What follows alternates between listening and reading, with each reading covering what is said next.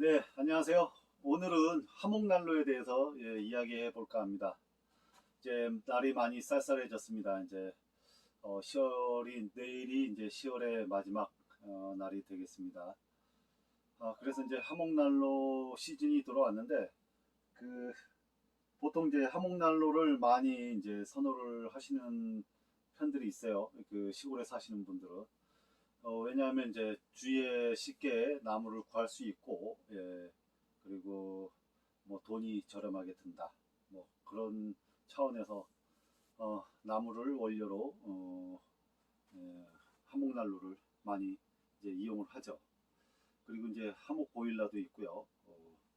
이제 화목난로를 한다고 그러면 보통 난로의 관건은 고효율, 뭐 열량이 100이 들어갔다 그러면 이제 열량 100 다 쓰는 건 없죠. 다 손실이 되죠.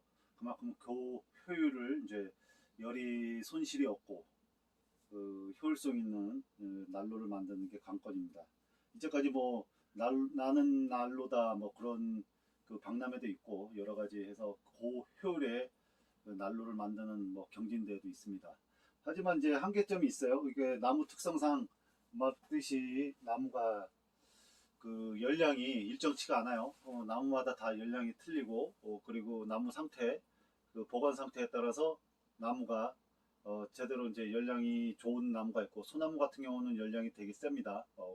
송진이 있기 때문에 되게 세고요. 은행나무 같은 경우는 물기가 잘잘 흐릅니다. 그리고 이제 보관을 잘못하면 썩거나 비를 맞췄거나 그러면 그 같은 나무라도 잘 안 탑니다. 그래서 연통에 스케일이 끼고 불완전 연소로 돼서 상당히 이제 연통이 막히면 연기가 이제 거꾸로 들어올 수도 있습니다. 나무를 이제 본다 그러면 열량으로 생각하고 원 그 에너지원으로 생각을 한다 그러면 상당히 손이 많이 가는 그 에너지원이에요. 그러니까 저희 같은 이제 시골 같은 경우에는 이제 주변에 나무가 많기 때문에 가능한데 일반 사람들이 이제 나무를 사다가 한다 그러면 뭐 석유보다 더 비싸겠죠. 예. 그래서 나무 같은 경우는 이제 벌목을 해야 되고 운반을 또 이제 산에서 나무를 잘라서 벌목을 하면 또 그걸 차로 싣고 와서 이제 일정 장소에 내려서 또 운반을 해서 이제 적당 크기로 자기 난로 사이즈에 맞게끔 잘라서 뭐 도끼나 유압도끼로 이제 쪼개죠. 그리고 다시 이제 이쁘게 그만큼 이제 겨울 동안 쓸 만큼의 그 나무를 비축을 해야 됩니다. 그 당해연도에 이제 쓰려고 그러면 아무래도 생나무기 때문에 잘 안 타요. 그러니까 한 1년이나 2년 정도 이제 비닐을 덮어서 건조를 시켜야 되겠죠. 바로 하면 생나무라 이제 물기가 많기 때문에 잘 타지 않고 스케일이 많이 낍니다. 타르 같은 게 연통에 많이 끼죠. 그래서 이제 건조를 해야 되고 또 쌓아서 이제 만약에 건조된 나무가 있다 그러면 저 난로에다 직접 또 하나씩 하나씩 넣어야 되죠. 매 시간마다 일정 시간마다 이제 집어 넣어야 됩니다.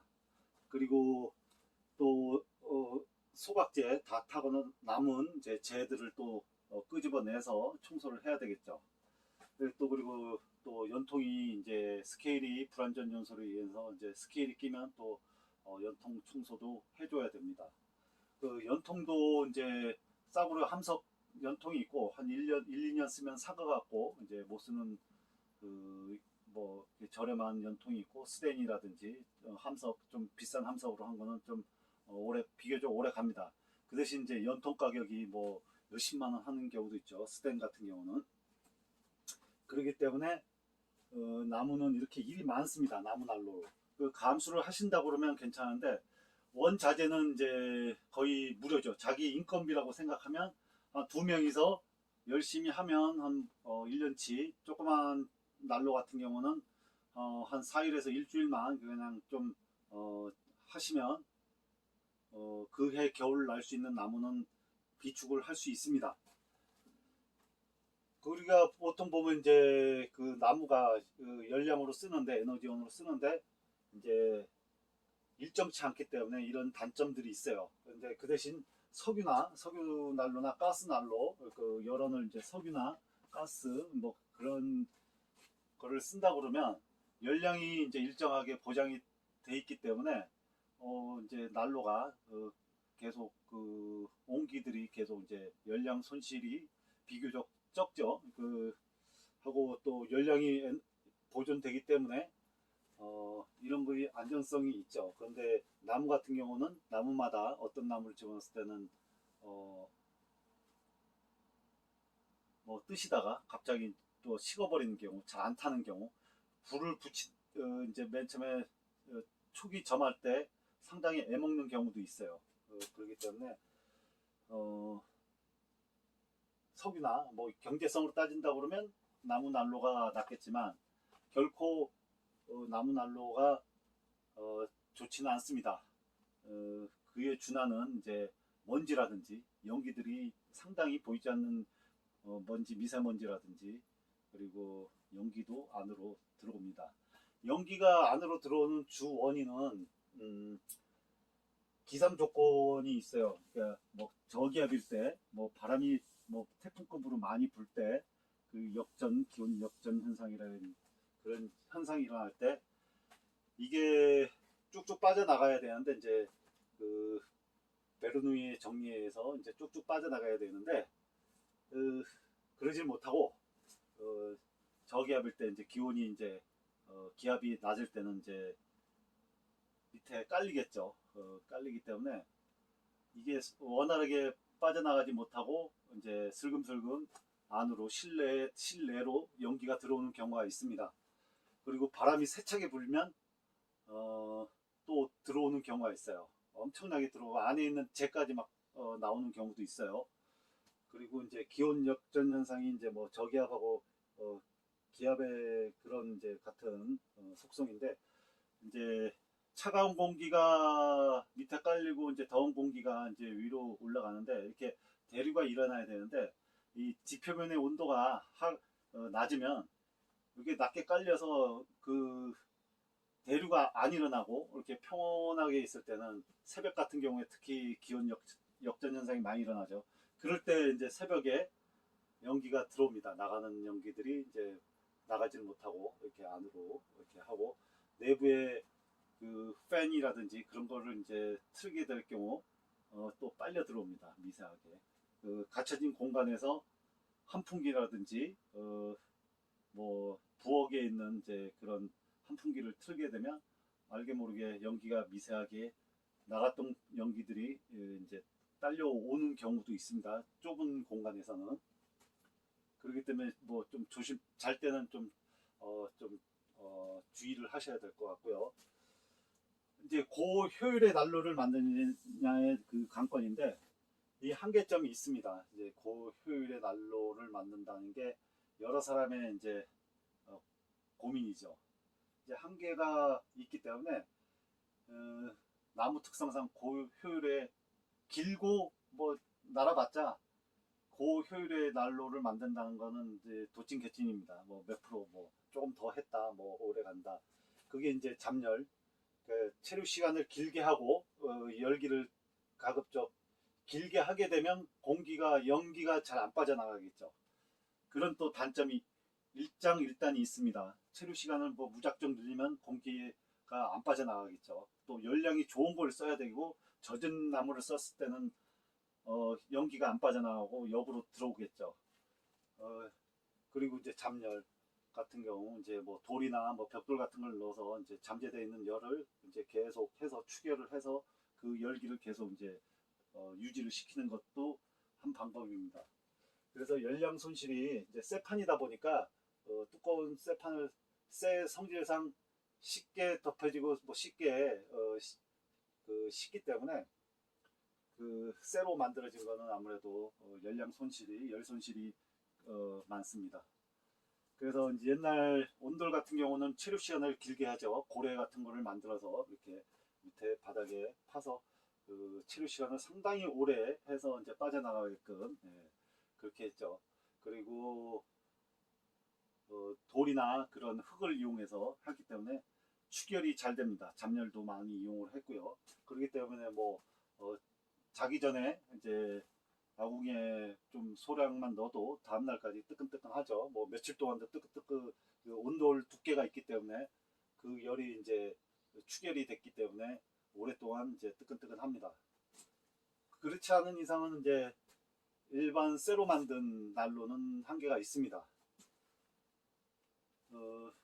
지금 이제 제가 이제 외국의 사례나 우리나라의 일부에서는 이제 이게 땅이 있으면, 이 그라운드가 있으면 이제 땅 속에 이 드럼통 같은 거를 묻어서 연통을 집 안에 이제 이렇게 벽체에다가 연통을 계속 지그재그로 설치를 해서 빠져나가게끔 이제 연통의 열을 이용하고자 그렇게 하시는 분들이 있어요. 그러니까 뭐 이 방법 외에도 여러 가지 이제 아이디어들이 많습니다.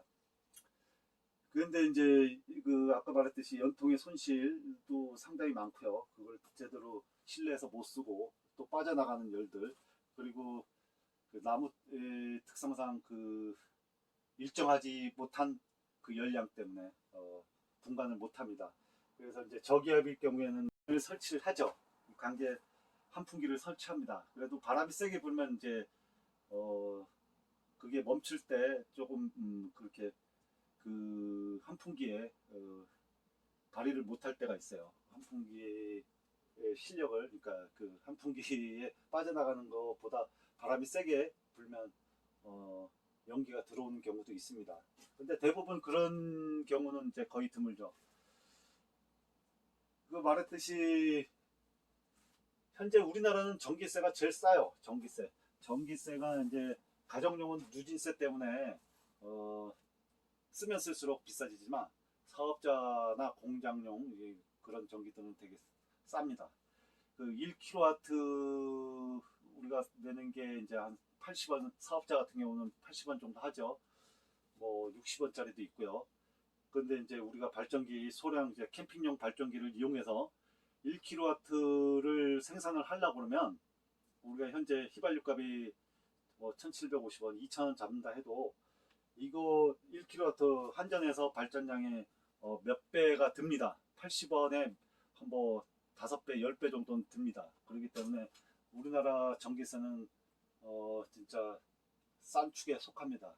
그렇다고 해서 뭐 전기를 이용해서 겨울을 난다는 거는 그렇게 적게 썬다 해도 80원이라 해도 한 달 기준으로 이제 5kW짜리 열풍기를 쓴다 해도 한 달이면 상당히 금액이 10만원, 80원씩 10시간씩 5kW짜리 400원을 10시간 돌리면 4,000원이 되겠죠. 그거를 30일 동안 돌리면 12만원 정도 나옵니다. 그러면 그것도 만만치 않은 금액이고요. 그 석유난로를 쓴다 하면 보일러나 석유 보일러나 석유난로를 쓴다 그러면 이보다 더 전기세보다 더 많이 나가겠죠.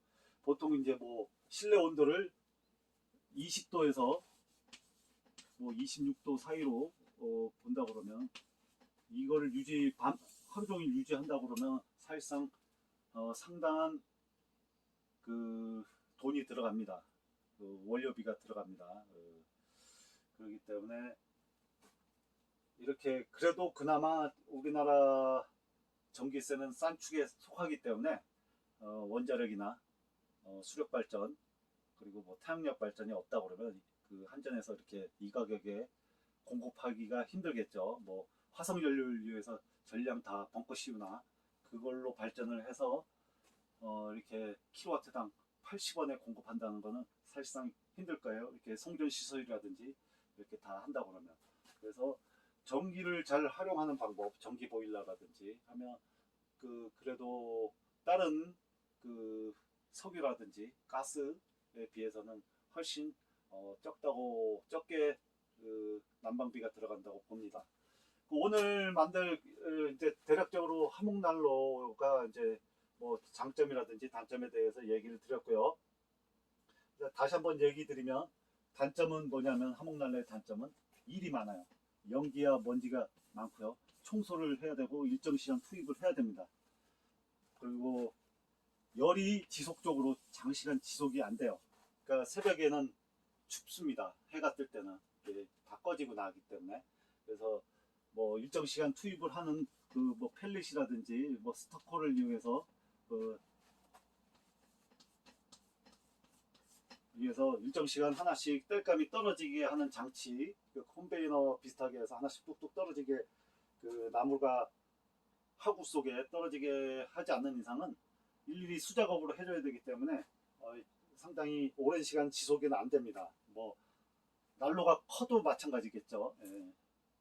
그가 아니면 크게 흙으로 해서 화덕식으로 아주 뭐 두껍게 흙을 발라서 뭐 한 40cm씩 해서 그 열기를 보존하면 뭐 가능은 하겠지만, 이렇게 일반 쇠로 만든 하목난로는 이렇게 일이 많습니다.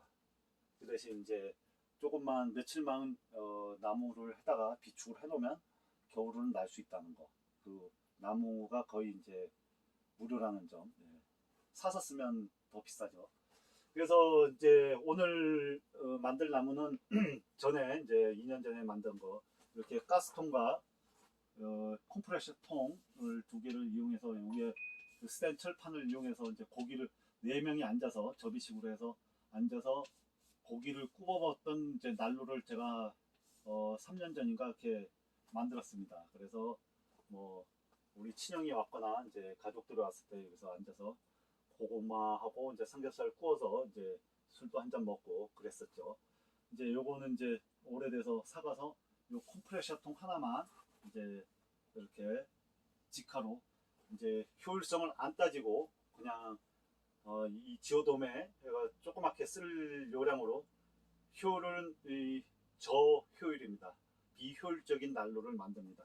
요거를 재활용해서 이렇게 이제 해서 거꾸로 타는 난로, 그것도 뭐 마찬가지입니다. 뭐 그 체류 시간을 좀 한번 이렇게 꺾어서 이렇게 하고 이렇게 하는 원리인데, 뭐 제가 봤을 때는 제 개인적인 생각에는 도찐개찐입니다. 예.